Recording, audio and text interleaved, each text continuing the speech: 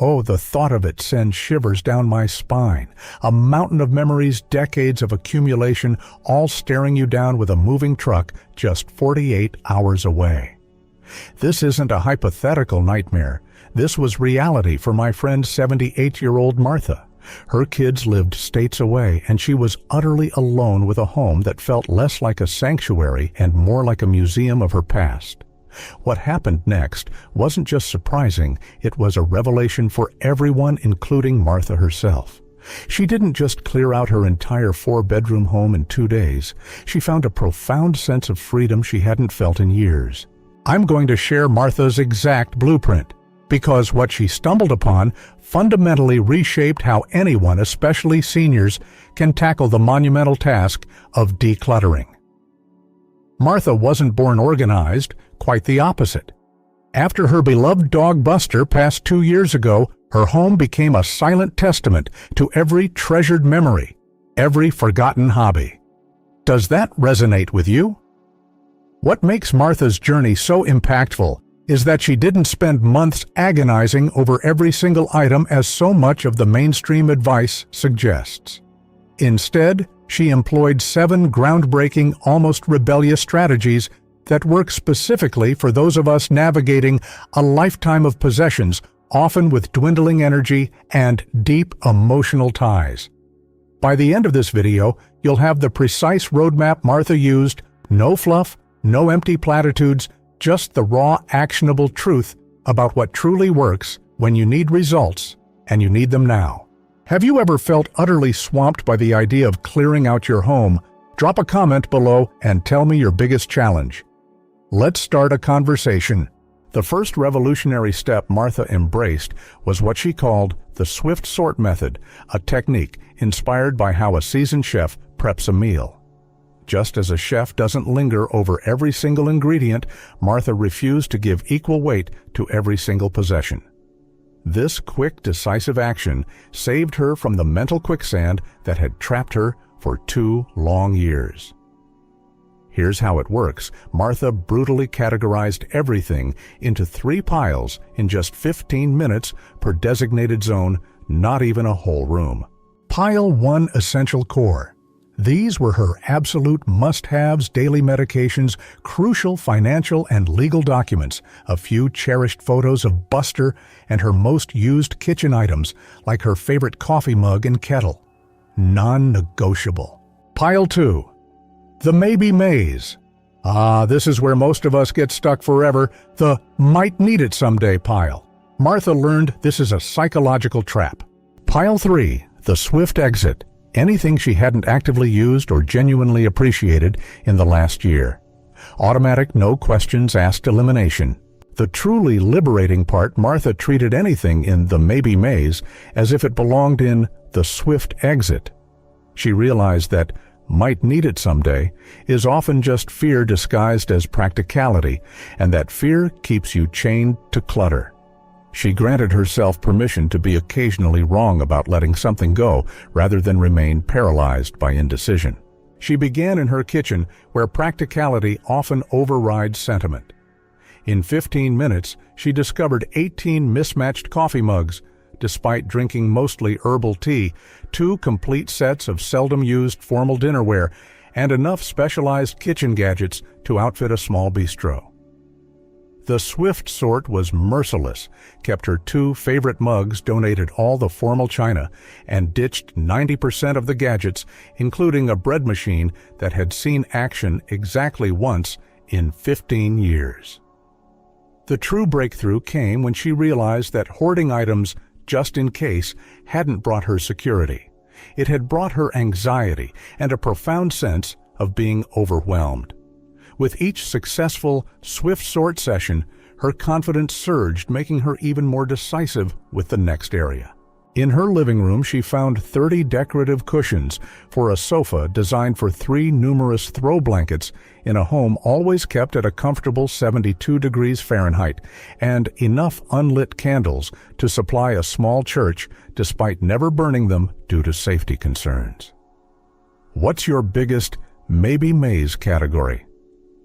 Is it old books, unused craft supplies, or those clothes that might fit again someday?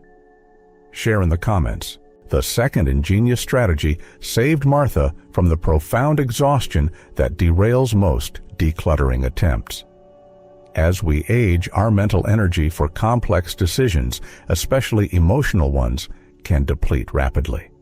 After about 10 minutes, that well of decisiveness often runs dry, leading to overwhelming fatigue, where simply keeping everything becomes the easiest option.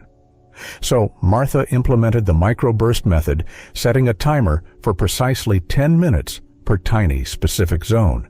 Not a whole room, mind you, but a single drawer, one shelf, or a small section of a counter. When that timer chimed, she stopped immediately, even if the task wasn't complete. This brilliant tactic completely sidestepped the overwhelm that had paralyzed her for 2 years.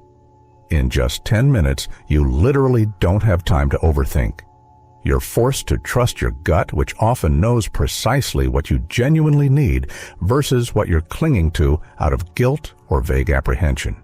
She started with her bedside table drawer, a repository of decades of random detritus-expired cough drops from 2005, a collection of dried-out pens, ancient greeting cards from forgotten acquaintances, manuals for appliances she no longer owned, and enough loose buttons to start a small haberdashery. In 10 focused minutes, she filled a small trash bag and, more importantly, rediscovered clear space. By stopping while her energy was still high, she began to look forward to her next session instead of dreading the endless mountain of stuff. By the close of day 1, she had completed 20 such microburst sessions, equating to just over 3 hours of highly focused decluttering, yet she felt surprisingly refreshed and energized. The psychological brilliance here is that 10 minutes feels achievable for anyone, regardless of physical limitations or chronic fatigue. In between sessions, Martha would make a cup of herbal tea, listen to a favorite podcast, or simply rest, ensuring she stayed mentally sharp and avoided decision fatigue. Are you someone who typically tries to conquer an entire room in one go, only to collapse from exhaustion and quit? How does that all-or-nothing approach usually work out for you? Tell me in the comments. The third trick Martha employed was brutal yet utterly brilliant. She imagined a future steward going through her belongings after she was gone. She would ask herself, would a complete stranger who will eventually be tasked with going through my life's possessions truly understand why I kept this, or would they simply wonder why I held on to so much? This thought experiment instantly stripped away the emotional baggage from countless objects, providing astonishing clarity. That stack of magazines from 2008, a future steward would undoubtedly recycle them. Those 30 unlit candles she never used, gone to someone who would actually enjoy them. This technique worked miracles even for deeply sentimental items like her grandchildren's countless pieces of kindergarten artwork. She lovingly photographed 10 genuinely special pieces for a digital album, and without a shred of guilt, let go of dozens of crayon scribbles. Her extensive collection of 25 photo albums, filled with blurry or unidentified pictures, was ruthlessly condensed into 3 precious, meaningful volumes. The Future Steward test also revolutionized her wardrobe. Those formal dresses from her teaching career and tailored suits no longer aligned with her retired lifestyle. Her vast collection of 200-plus books, including romance novels she'd never reread and outdated encyclopedias, dwindled significantly once she realized a future steward wouldn't keep books she clearly hadn't touched in years. What's one category of items you hold on to that would make absolutely no sense to a future steward? Be brutally honest with yourself in the comments. The fourth strategic maneuver tackled the omnipresent fear of needing something someday. Martha developed the Practicality Prober, a series of 3 piercing questions for any item she hesitated to discard. 1. If I genuinely needed this, tomorrow could I realistically and easily acquire another one too? What would be the approximate cost to replace it? 3. In the last 5 years, how many times have I actually needed or used this? This mercilessly dismantled her just-in-case justifications. For instance, she had a toolbox overflowing with 15 screwdrivers. Applying the practicality prober, she realized she could buy a decent set for under $20, and in the last 5 years, she'd only ever used 2. So she kept her favorite 2 and donated the rest. Old craft supplies, seldom used furniture, and even small appliances like a dormant pasta maker that had been used twice in 2 decades were quickly donated or discarded after failing this rigorous reality check. The liberating truth. Martha discovered most items you cling to just in case will never actually be needed, and suitable replacements are often remarkably cheap and readily available. What's an item you currently keep just in case that you could easily replace for under $25? Share your surprising realizations in the comments. The 5th game-changing technique saved Martha's sanity by preventing emotional burnout. She consciously stopped treating all possessions as equally important, instead creating an emotional energy rating scale from 1 to 10. Level 1 items, like those mass-produced souvenir trinkets she'd accumulated, went straight to the donation pile, without a second thought or a flicker of guilt.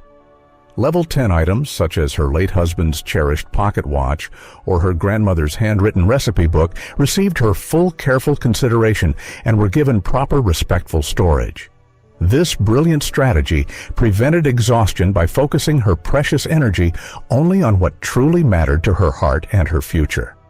Her notoriously packed closet overflowing with 70-plus clothing items, despite her routinely wearing only 15, was efficiently cleared in under an hour by quickly donating low-rated items and carefully curating only her most beloved, comfortable pieces.